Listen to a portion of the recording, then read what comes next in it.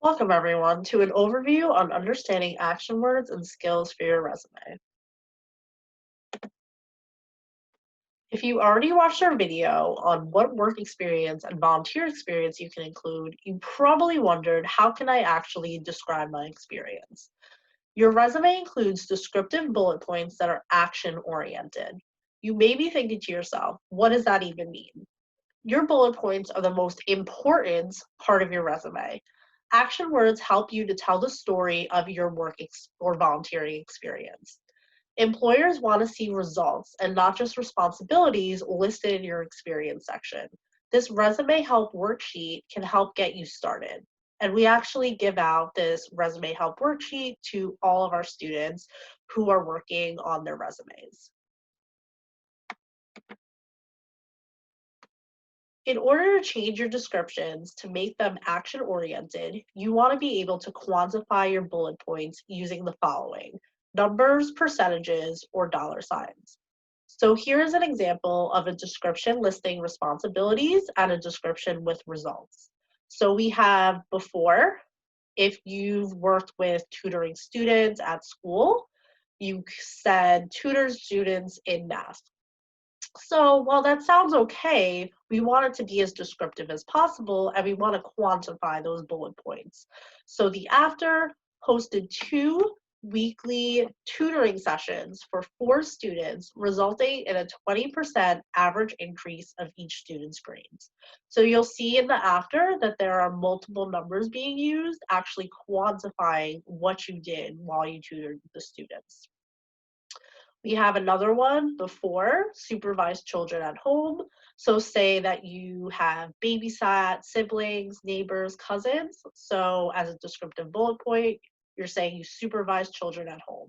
Supervise is the action word that you're using, which is great. But again, we need more description and we need to quantify those results. The after, supervise children ages 4 to 10 in the absence of a parent on a weekly basis. So what you're doing is attracting the attention of the employer with the numbers that you are using. Employers will only look over your resume for 7 seconds, so actually quantifying your results and including numbers gives you a better chance of landing a job interview. And the whole purpose of your resume is to have the best resume possible so that you can land that job interview. So I know you may be wondering, how can I quantify my results when I hardly have work experience? Yes, I know. When you are creating your resume and writing those descriptions, think of these questions. What have you accomplished? What problems have you solved? And think of ways to measure the impact that you have had. Also think about who you have worked with. So have you worked with students, children, customers, teachers, parents, counselors? And how did you do the work, which really goes into the questions above. So thinking of it this way will help make your descriptions more action oriented. So focus on these questions when you're not sure about how to quantify your results and make them really action oriented. Once you have figured that out, you can then utilize some of the action words for your descriptive bullets.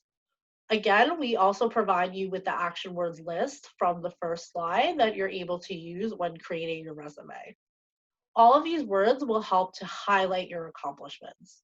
Your resume is a highlight reel, so make sure that you are selling your skills and abilities to get the person reviewing your resume to want to learn more about you. So saying things like you resolved a problem within the organization, you introduced students to a new concept while tutoring, you initiated a project with your local food organization. So all of these are really great action words to include on your resume, really descriptive action words that show results and therefore help you to land an interview. So the last part of this is working with including your skills on your resume. So when you gain experience, you also gain valuable and transferable skills. Transferable skills means that they can be applied to most, if not all, jobs. So they transfer between different types of jobs. The career office provides you with the transferable skills checklist to help you search for skills that apply to your own unique experiences. So, not everyone may have the same set of skills, and that's okay. You're basing the skills on your own unique set of experiences with work, volunteering, and extracurriculars. You should always include at least 3 skills and more if you have. And some of these skills should relate back to the bullet points that you listed. For example, if you're including oral communication skills, you want to make sure that you have bullet points that describe your work in communicating with others, whether this is through doing summer youth employment program, tutoring other students, or volunteering with teachers at the school. So this list on the side are the top skills that students can utilize since they transfer across many experiences, and many of our students already have these transferable skills. So number one are language skills. Are you fluent in Spanish, fluent in Bengali? Language fluency is a major skill to include, and that's something you definitely want to have on your resume. It can apply to all different types of jobs if you're able to speak a second language. It's transferable. Technology skills, you want to list your proficiency levels in Microsoft Suite, which is Word, Excel, and PowerPoint. If you have specific proficiency in other technological programs, you also want to list that under your skills on your resume. But Microsoft Suite is something that definitely transfers across every type of job.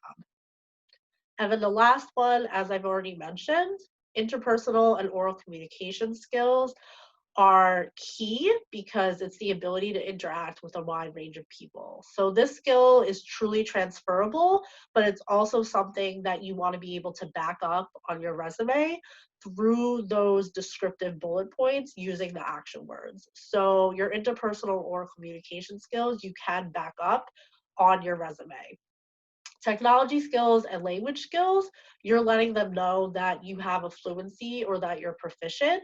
So when you go in for the interview or when you actually start the job, you want to make sure that you told the truth on your resume, that you do have that proficiency and that you are fluent, because they will discover if you happen to not be truthful. So definitely be truthful about when you're talking about your proficiency levels in language and technology. Remember to check in with the career office advisors for any additional help creating a resume, and we will help you with all the resources that we have. Thank you.